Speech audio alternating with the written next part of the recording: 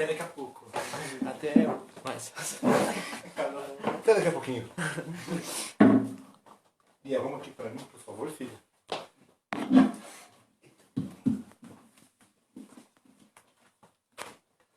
Graça e paz, queridos irmãos e irmãs. É uma alegria muito grande a gente poder estar junto nessa noite de quarta-feira para podermos adorar a Deus, para podermos cultuar ao Senhor, para podermos aprender da palavra do Senhor. Eu quero agradecer a todos os irmãos que estão conosco aí pelo Facebook. Convide um amigo seu aí pelo Facebook. Esses dias eu fui convidado, eu até falei por uma igreja do Japão, e foi muito interessante. Estávamos cultuando em casa e fui chamado e participei do culto com os irmãos lá no Japão. Então, você pode evangelizar dessa maneira, você pode convidar alguém, você pode fazer uma sala de vídeo e estar convidando alguém para participar desse momento tão especial, que é o culto, que é esse momento que nos reunimos como igreja, mesmo distantes, mas estamos unidos num só Espírito, para poder adorar e aprender da palavra do Senhor juntos. Então, que Deus te abençoe. Estamos aí pelo Instagram, estamos também pelo Facebook, e depois o Guilherme posta aí pelo YouTube. Ok? O nosso objetivo é a gente poder falar de Jesus, aprender de Jesus, manter a fé viva através da palavra de Deus, porque é assim que a gente vai continuar firme no Senhor e passar por essa tribulação toda aí, né? Por essa tempestade toda, por essa provação toda que estamos vivendo. Amém? Que Deus seja louvado aí por sua vida. Will, beijo no coração, muito bom você estar com a gente aí, viu, Will? A gente ama muito você e a sua família. Que Deus possa continuar te abençoando grandemente.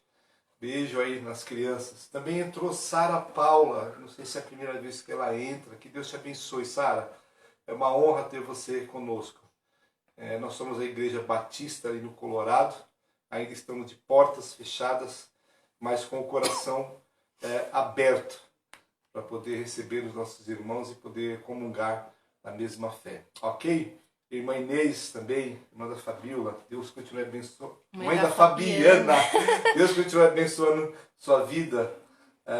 Falei Fabiana lá do Leblon também. E os irmãos aqui do Colorado, glória a Deus pela vida de cada um de vocês.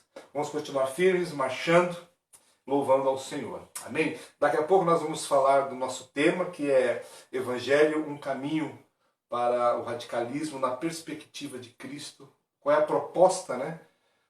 Do Evangelho do Reino, qual é a proposta de Cristo para aqueles que pertencem ao Reino do Senhor, qual é a proposta da mensagem do Evangelho de Jesus Cristo.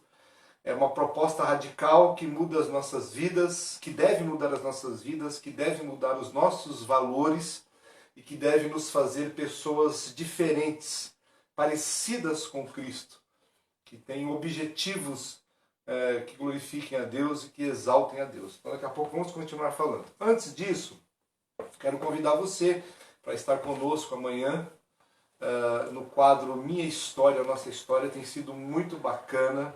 Semana passada foi o irmão Milton, foi isso? Foi muito bacana, muito legal. E eu acho que agora na próxima, Vânia e Valdir, uma história muito bacana. Eu lembro da Vânia e do Valdir quando eles começaram nos nossos cultos, que foi... Você vai saber amanhã. Você vai saber amanhã. Foi algo muito assim especial. E até hoje está na minha mente assim a maneira até como o Valdir estava vestido naquele dia, quando eu cheguei naquele local. E foi algo muito assim interessante. E depois daquilo, foi só bênção nas nossas vidas. Então amanhã você vai conhecer um pouco da história do Valdir, um pouco da história da Vânia, do Mateus e do Natanzinho. Esse quadro, para você que está entrando agora, não sei se o Will está sabendo, a ideia é nós contarmos a história de cada um dos irmãos, porque nós acreditamos que a história de cada um é que faz a nossa história. E a história de cada um nos edifica, a história de cada um nos fortalece e nos dá ânimo. Amém? Uma palavra, irmãos, a respeito do nosso retorno aos cultos no templo. Ainda nós não retornaremos. Ah, pastor, mas tem muitas igrejas que estão retornando. Tem, irmãos, tem muitas igrejas que estão retornando. E a gente entende, a gente respeita, só que nós ainda optamos por não voltar. Por quê, irmãos? Porque assim, algumas igrejas que estão retornando não têm tido um bom resultado. Nós estamos ainda nesse surto, nessa pandemia. O vírus continua ainda aí infectando pessoas. Então eu gostaria que você aí do Colorado compreendesse um pouco que nós estamos preocupados com a sua vida, não que as outras igrejas não estejam preocupadas, não é isso. Nós do Colorado estamos falando por nós, estamos preocupados com a sua vida, com a sua idoneidade física, entendeu? Estamos preocupados em estarmos juntos. Então vale a pena nós esperarmos mais um pouco. Uma das igrejas que voltou teve problemas, pessoas faleceram, pessoas se contaminaram. Uma outra igreja que iria voltar, na semana que ela iria voltar, a esposa do líder faleceu do vírus. Então você imagina, ia voltar naquela semana, mas ela estava infectada, poderia infectar outras pessoas. Outras igrejas estão voltando, estão querendo fazer tantos cultos, já estão pensando em diminuir a quantidade de cultos. Por quê? Porque as pessoas não respeitam. Geralmente quem vai é quem é do grupo de risco, porque às vezes não tem acesso ou não tem habilidade no Facebook, nas redes, nas mídias. Então, irmãos, é um negócio muito sério. E outra, é uma situação assim complexa, porque você vai ter que fazer separação de pessoas, vai ter que ter todo um procedimento. Então eu entendo que nós devemos esperar mais um pouco, a diretoria entende, os líderes da igreja também entendem, não é somente uma decisão do pastor, mas é da diretoria, da liderança. Alguns irmãos querem voltar, eu também quero voltar, mas não é o momento. Então eu peço que os irmãos entendam isso. Amém? Eu acho que não tem mais nenhum recado, né? Não? Não, né? Então, nós temos a EBD aos sábados. Está sendo transmitido pelo Meet. Irmãos, tem sido muito legal. O Sérgio tem dado umas aulas muito boas. A participação dos irmãos tem sido muito legal. A nossa EBD é às 19 horas. EBD não, né? Escola Bíblica somente. EBS, às 19 horas. Amém? Então eu conto com você amanhã às 20 horas no Minha História, Nossa História. E também 8 horas, isso, 8 horas. E no sábado às 19 horas na Escola Bíblica pelo Meet. O Guilherme lança o link e você entra e participa. Tudo bem? Que horas são, queridos? 8h21. 8h21. Vamos então ao Evangelho de João. Eu já falei algumas vezes nessa mesma passagem, mas eu quero falar de novo, porque essa passagem deixa bem claro qual é a proposta do Evangelho e como é uma proposta radical diante da religiosidade, diante de valores que algumas religiões sem fundamentos bíblicos, até algumas religiões, alguma religiosidade cristã que não compreende verdadeiramente a proposta de Cristo. Essa passagem deixa bem claro o que é que Jesus propõe para as nossas vidas e como deve haver uma mudança radical na nossa forma de pensar, uma mudança radical na nossa forma de enxergarmos o outro, uma mudança radical na forma de entendermos a vontade de Deus e os propósitos de Deus, quando o reino de Deus chegou até nós, quando Cristo veio com a proposta de uma nova vida, de um relacionamento com Deus. O texto está no Evangelho de João, no capítulo 4, exatamente, a mulher de Samaria. Eu gostaria que você abrisse a sua Bíblia no Evangelho de João, capítulo 4, e deixasse ele aberto, e nós vamos ler alguns versículos agora. Tudo bem? Evangelho de João, capítulo 4. Quando, pois, o Senhor veio a saber que os fariseus tinham ouvido dizer que ele, Jesus, fazia e batizava mais discípulos do que João, se bem que Jesus mesmo não batizava, e sim os seus discípulos, deixou a Judéia, retirando-se outra vez para a Galiléia. E era-lhe necessário, preste atenção, atravessar a província de Samaria. Chegou, pois, a uma cidade samaritana chamada Sicar, perto das terras que Jacó dera a seu filho José. estava ali a fonte de Jacó. Cansado da viagem, assentara-se Jesus junto à fonte, por volta da hora sexta. Nisto veio uma mulher samaritana tirar água, e disse-lhe Jesus: dai-me de beber, pois os seus discípulos tinham ido à cidade para comprar alimentos. Então lhe disse a mulher samaritana: como, sendo tu judeus, pede de beber a mim, que sou mulher samaritana? Porque os judeus não se dão com os samaritanos. E replicou-lhe Jesus: se conheceras o dom de Deus, e quem é que te pede, dá-me de beber, tu lhe pedirias, e ele te daria água viva. Respondeu-lhe ela: Senhor, tu não tens com o que tirar, e o poço é fundo. Onde, pois, tem água viva?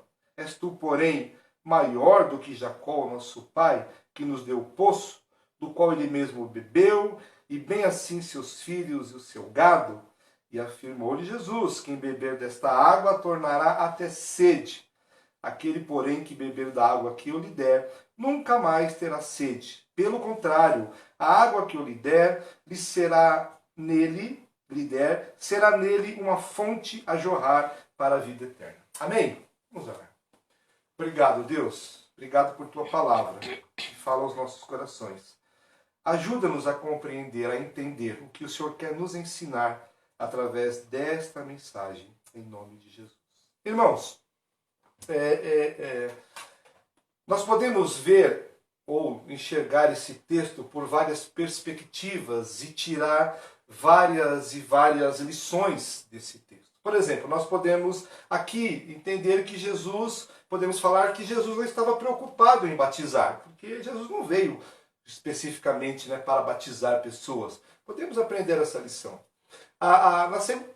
Também podemos aprender nesse texto, ou provar nesse texto, que Jesus, além de ser Deus, Jesus também era homem. Lá no versículo 6 fala que ele estava cansado e que ele teve fome, características próprias de um ser humano normal. Jesus, 100% Deus e 100% homem. Esse texto nos ensina e nos afirma isso.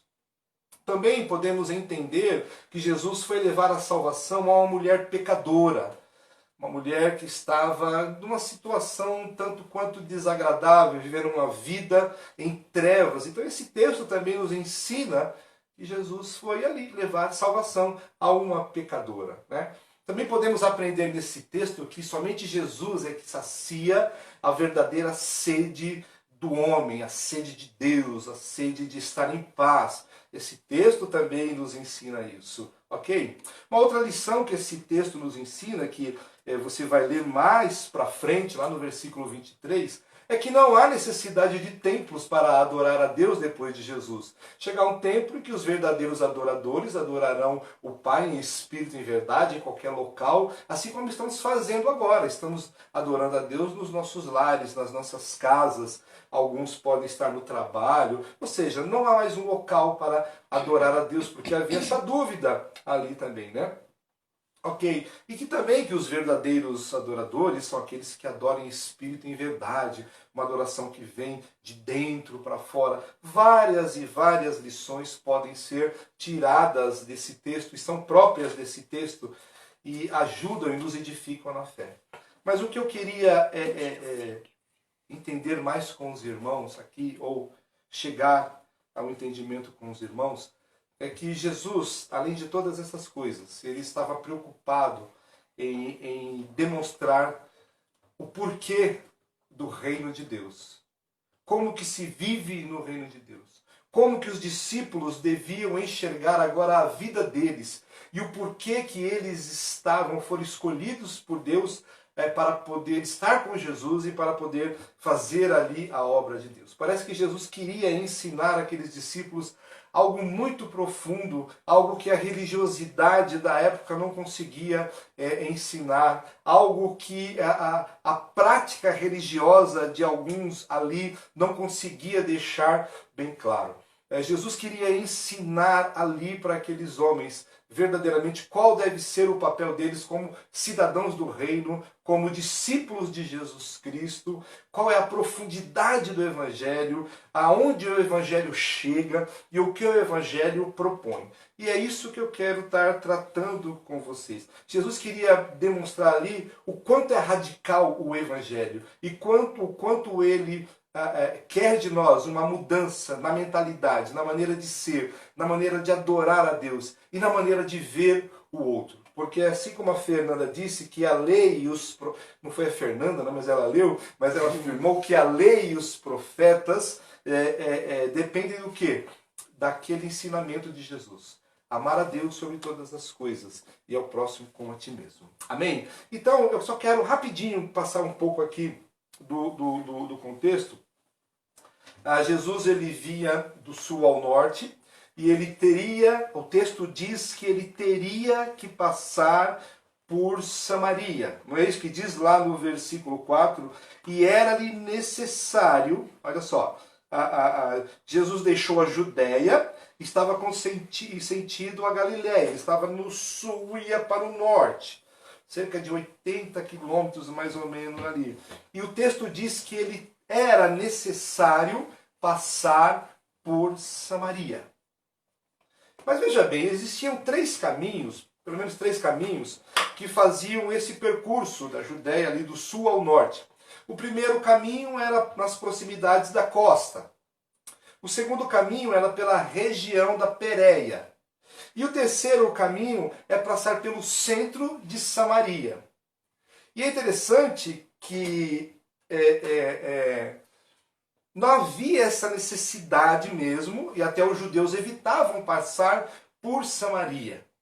Porque os judeus, o texto é muito claro, diz isso, você sabe, os judeus não se davam com os samaritanos, e os judeus evitavam passar por Samaria e ter contato ali com os samaritanos, porque eles consideravam os samaritanos uma raça impura, mas o texto fala que era necessário Jesus passar por Samaria. Talvez a necessidade ali não era de localidade, não era uma necessidade geográfica, não era uma necessidade regional, mas era uma necessidade que estava no coração de Jesus em resolver uma questão, em trazer ensinamentos para aquelas pessoas que estavam ali com ele. Era uma necessidade que vinha do próprio Deus de atingir e de alcançar pessoas. Os samaritanos, eles não se davam com os judeus. Depois, ali do reinado de Salomão, houve uma divisão entre o reino do sul e o reino ficou dividido em reino do sul e reino do norte. O reino ali do sul era Judá com sua capital Jerusalém, e o reino do norte ali era Israel com Samaria. O povo de Israel se desviou dos caminhos de Deus. O reino do norte ainda, o reino do sul ainda conservou a sua identidade com Deus, a sua identidade de fé, mas o reino do sul se desviou dos caminhos de Deus, misturou as raças, teve uma miscigenação de povos, casou com mulheres, homens casaram com mulheres de outros povos, e havia na cabeça do povo judeu o seguinte: eles não dão crédito verdadeiramente à lei de Moisés, eles não adoram verdadeiramente a Deus como deviam, eles abandonaram a fé, e eles, mesmo sendo judeus ali, eles não consideravam aquele povo como gente da sua etnia, da sua nação. Então havia ali uma disputa entre eles. E foi justamente nesse local que Jesus, como judeu, ele chegou ali. E Jesus, o negócio era tão complicado, irmãos. Amor, meu amor está à minha frente aqui. Ó. E o negócio era tão complicado, irmãos, que a mulher ela tomou um susto quando Jesus pediu ela água. Porque havia um tratado, na legislação dos judeus, uma lei que proibia, olha só, dos judeus usarem os utensílios dos samaritanos. Eles não queriam contato nenhum. E quando Jesus ele pede água para aquela mulher, a mulher se espanta. E é interessante também a condição dessa mulher. A Bíblia diz que era a hora sexta, não é isso?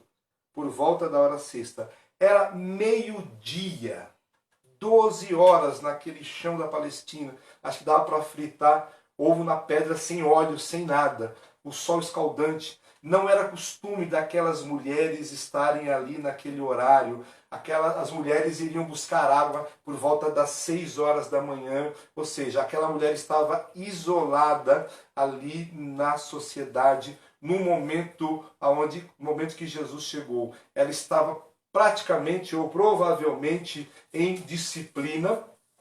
Por quê? Porque a gente leu o texto e a gente entendeu que ela foi buscar água àquela hora.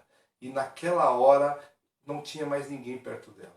Aquela mulher era uma mulher isolada, era uma mulher que não estava de acordo com os valores e os princípios daquela comunidade.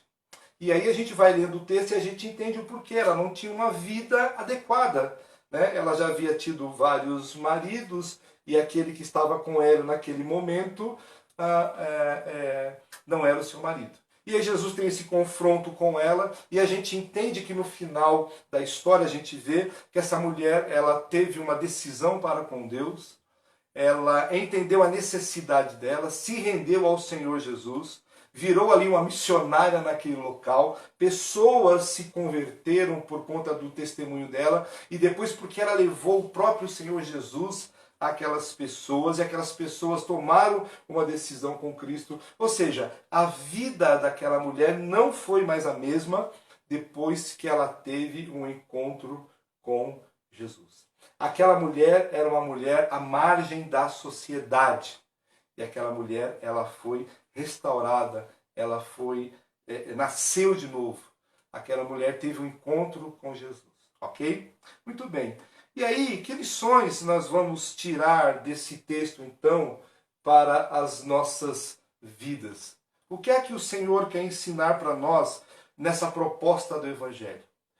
Qual é a diferença do Evangelho de Deus? Qual é a proposta de uma fé genuína em Deus para uma fé somente puramente humana ou uma religiosidade humana? A religiosidade humana ela é egoísta, ela é egocêntrica. A religiosidade humana ela é preconceituosa, tanto que havia ali uma disputa entre samaritanos e entre judeus. Um se achava melhor, um queria adorar em Gerizim, o outro em Jerusalém. E não era nada disso que estava no coração de Deus e nos planos de Deus. Então, algumas lições que nós vamos aprender nessa passagem para que nós possamos colocar em prática nas nossas vidas, para que possamos ter mudanças nas nossas vidas que realmente façam a diferença e que possam glorificar a Deus, exaltar a Deus e fazer com que nós venhamos a viver um evangelho autêntico e genuíno, entendendo que o evangelho é uma mudança de mentalidade,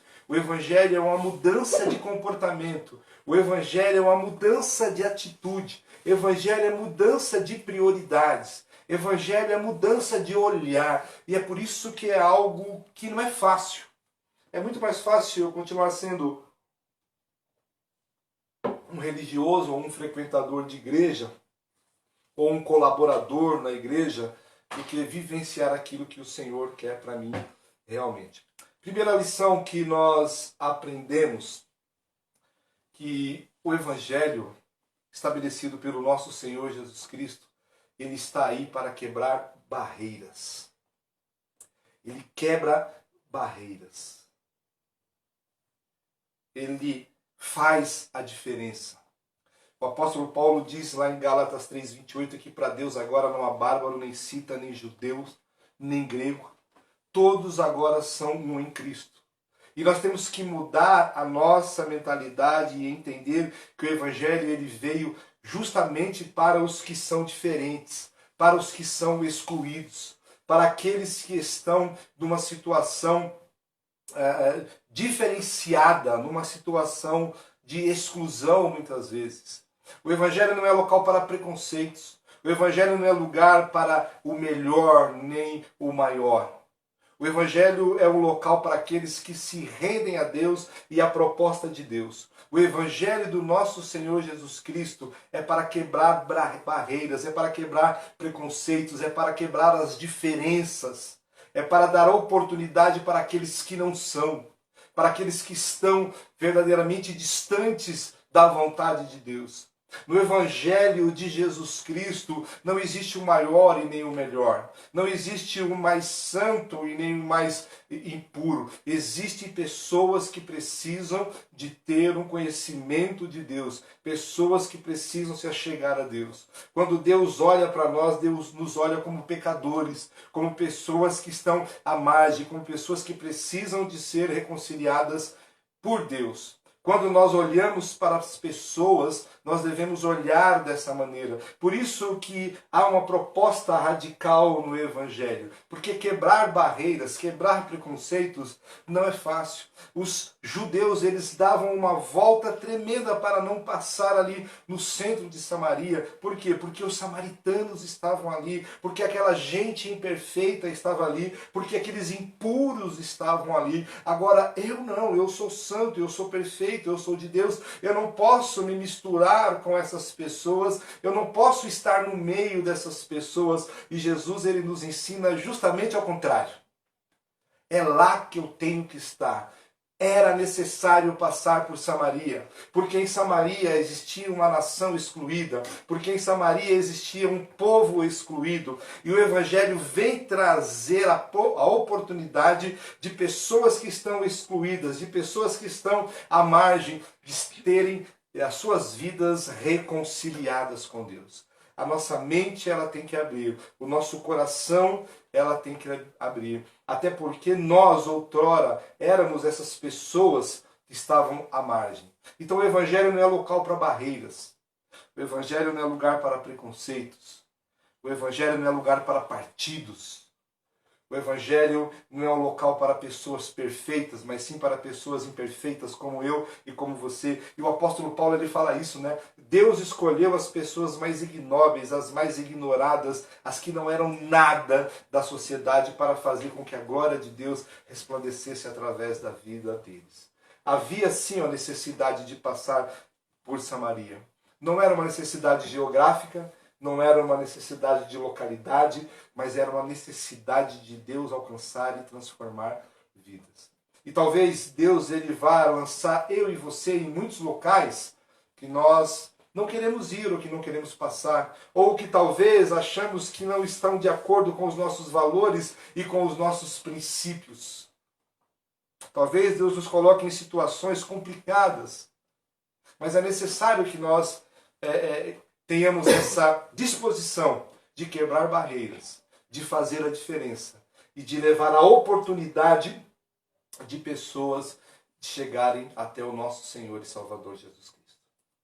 A segunda lição que esse texto nos traz é que o Evangelho, ele é uma oportunidade para alcançar os perdidos e não para julgar e condenar os perdidos. Jesus foi ali para Samaria e foi ter um encontro específico com aquela mulher no horário que o Senhor Deus estabeleceu, não para condenar aquela mulher porque ela vivia uma vida de adultério, não porque ela estava ali à margem da sociedade, não porque ela estava em disciplina, porque ela estava em uma vida totalmente errada.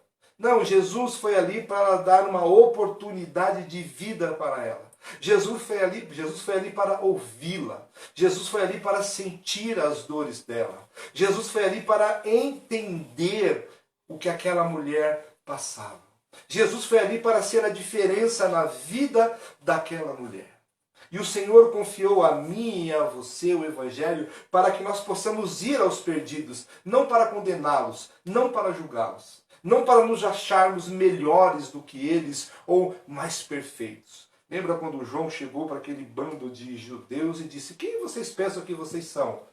Só porque vocês têm por pai Abraão, vocês acham que pode fazer isso e aquilo? Deus pode fazer com que essas pedras o adorem. Porque Deus é Deus, Senhor de todas as coisas. Os judeus, eles foram foram escolhidos por Deus para fazer com que através da vida deles, do testemunho deles, do amor e da graça deles, as pessoas pudessem conhecer Deus, para que as nações pudessem conhecer Deus. Mas eles se acharam os melhores, eles se acharam os superiores. Eles apontavam o dedo para as pessoas. Eles achavam que os gentios eram impuros, eram cães e que não mereciam da graça e da misericórdia de Deus. E Jesus nos mostrou como o Evangelho é radical e como ele faz a diferença. O Evangelho coloca nos nossos corações a disposição, através do Espírito de Deus, de ir aos perdidos para estender as mãos como um ato de resgate, como uma oportunidade de levar transformação para a vida daquelas pessoas. Aquela mulher estava ali, meio-dia, naquele sol a pino, buscando água para poder fazer os seus afazeres. Todas as mulheres da sociedade deixaram ela de lado. Todos os homens da sociedade deixaram ela de lado. Mas Deus, de misericórdia, ele foi ao encontro dela. A proposta do Evangelho para a minha vida e para a sua vida, a proposta para mim e para você que somos do reino de Deus, é termos disposição de ir até os perdidos, não para julgá-los ou subjugá-los, não para desdenhar dele, mas para poder levar uma proposta de amor, de graça e de misericórdia. A terceira lição que nós aprendemos nesse texto, ou nessa forma de pensar, é que, apesar de Deus amar, de Deus ele quebrar barreiras, ele não ser preconceituoso, o Evangelho também é uma forma de nós confrontarmos o pecado do pecador. Confrontarmos esse pecador e amarmos esse pecador.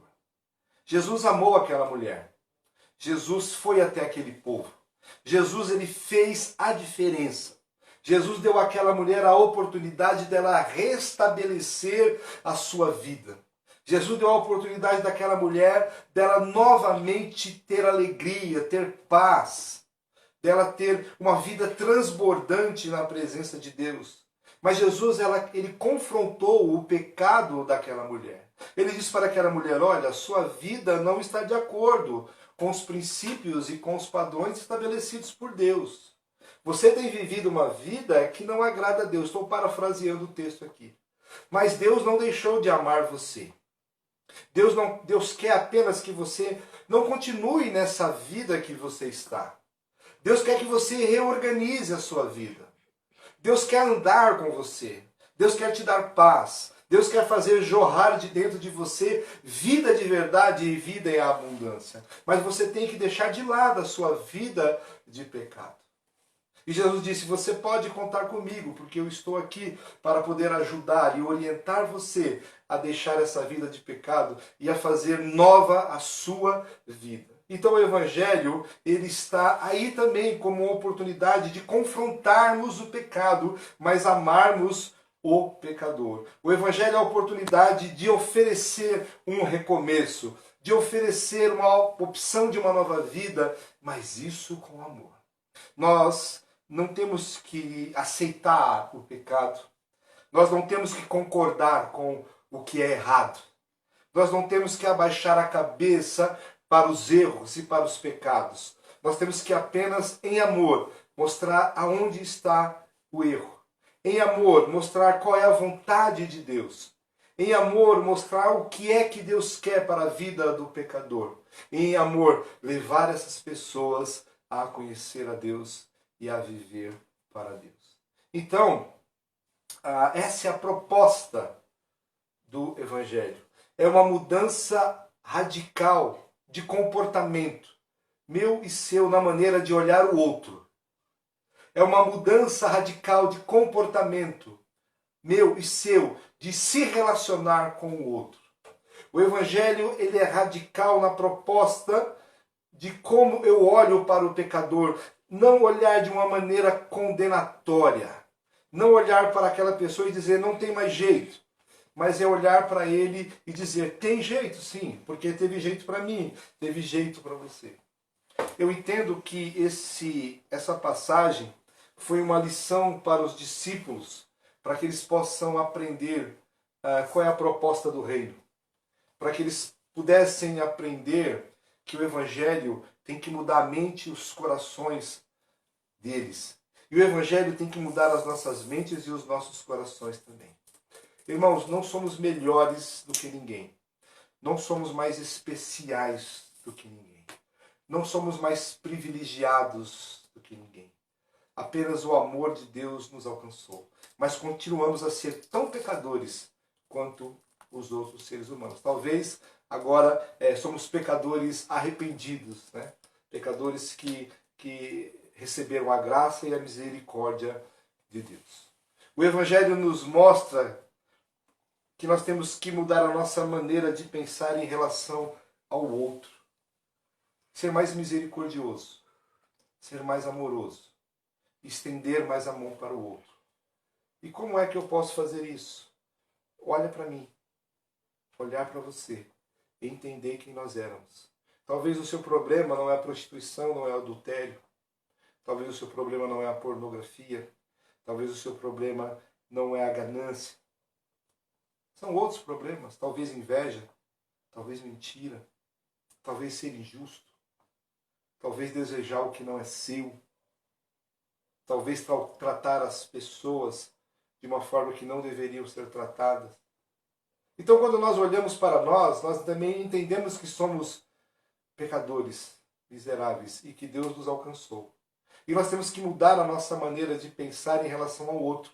E entender que o outro também, ele tem que ter, e ele tem direito às mesmas oportunidades que eu tenho. E que o fato de eu não estar no lugar do outro é porque Deus me tirou daquele lugar. E agora eu sou um agente do reino para poder abençoar o outro. Mas o meu lugar era também ali e a minha condição era mesmo independente do meu pecado. Quando Deus olha para nós, Deus olha como pecadores. Mas quando Deus olha para nós agora, Ele nos olha através da sua bondade, da sua misericórdia. E o Espírito que está em nós é que nos faz verdadeiramente pertencer a esse reino de graça, de amor e de misericórdia. Temos que mudar a nossa maneira de pensar em relação ao outro. Temos que mudar a nossa maneira de pensar em relação aos que estão à margem. Temos que entender que estamos ali, estamos aqui como agentes do reino, como agentes do Senhor, para proporcionar às pessoas a oportunidade de se reencontrarem com Deus e de consertarem as suas vidas e de fazerem parte do reino de Deus. Era como se Jesus estivesse dizendo aos discípulos, muda a sua maneira de pensar. Muda a sua maneira de enxergar o outro. Muda a sua maneira de tratar o outro. Tome uma atitude radical na sua vida. Aprenda como eu vivo. Aprenda como eu ando. Aprenda como eu trato o outro. Aprenda como eu me relaciono com os outros. E a partir de mim, viva uma vida que glorifique e exalte o nome do Senhor Jesus Cristo. Amém? Quero orar com você. Obrigado, Deus. Obrigado porque o Senhor nos dá a oportunidade de sermos diferentes na tua perspectiva. Obrigado, Senhor, porque esse Evangelho alcançou as nossas vidas, ó Deus, e que ele possa mudar a história das nossas vidas de uma forma tão radical que eu possa olhar o outro de maneira diferente. Que eu possa, em nome de Jesus, Pai, quebrar barreiras, deixar os preconceitos de lado, deixar os partidos de lado, e que eu possa, Deus querido, entender qual é a tua vontade para aquele que pensa diferente de mim e que às vezes age diferente de mim. Que eu possa também, ó Deus, de uma forma radical, entender que o Senhor não concorda com o pecado, mas o Senhor ama o pecador. E que eu possa, em amor, Pai, estender a mão para esse pecador, mostrando para ele, ó Deus querido, a tua vontade, o teu querer, a tua obra, Deus. Mostrar para ele, ó Deus, o que o Senhor espera. E ser, ó Deus, instrumento, conforme a tua vontade, de ajuda e de auxílio na mudança desse meu irmão, Pai. Que eu possa, ó Deus querido, também aprender e entender que eu estava no lugar do outro e que eu fui alcançado por essa graça e por essa misericórdia. E é assim que o Senhor quer que eu viva como cidadão do reino. Ó Deus, que eu possa mudar a minha mente e o meu coração para te servir em nome de Jesus, Pai. Amém. Amém? Que Deus te abençoe. Até amanhã às 20 horas e até sábado às 19 horas. Em nome de Jesus. Vai cantar? Vamos cantar. Yes!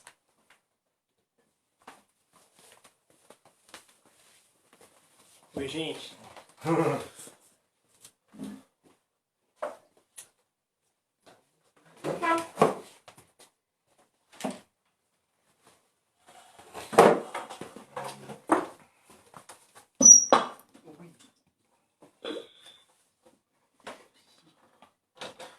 Deixa eu mandar um abraço pro Everton aqui, que é lá do nosso clubão. Beijo no coração, Everton. Saudade de você.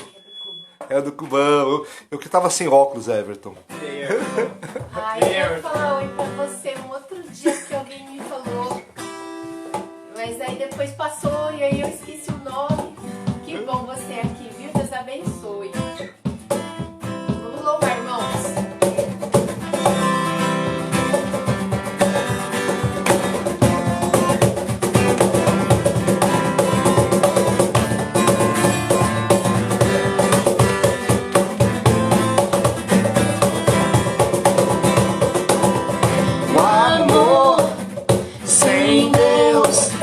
Passageiro é, mas o doce amor de meu mestre é algo que jamais morrerá. O amor sem Deus é um passageiro é, mas o doce amor de meu mestre é algo que jamais morrerá. Não morrerá, não morrerá, é algo que jamais morrerá. Se o doce amor de meu mestre é algo que jamais morrerá. O amor sem Deus é um passageiro é, mas o doce amor de meu mestre é algo que jamais morrerá.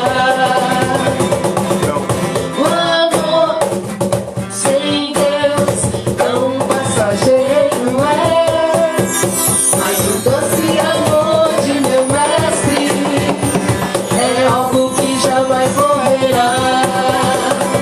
Não morrerá, não morrerá, é algo que jamais morrerá. Se o doce amor de meu mestre é algo que jamais morrerá. Se o doce amor de meu mestre é algo que jamais morrerá. Se o doce amor de meu mestre é algo que jamais morrerá. Glória a Deus, esse amor nos encheu, nos marcou, nos transformou. E nós vamos em frente em nome de Jesus. Amém, irmãos? Amém. Até amanhã na Até nossa amanhã, até amanhã. live com a Vânia e o E Valdir. o Janelson. E o Matheus e o Natan. É. Por favor, apareçam, hein? Dessa dos meninos fugir não, hein, gente? É, isso aí. Vai já pensando que você quer saber, que você quer perguntar. E vamos compartilhar aí um pouco da experiência deles. Vai ser muito gostoso, amém, irmãos? Deus Amém, irmão. abençoe. Valeu, gente. Beijo no Na paz do coração. Senhor.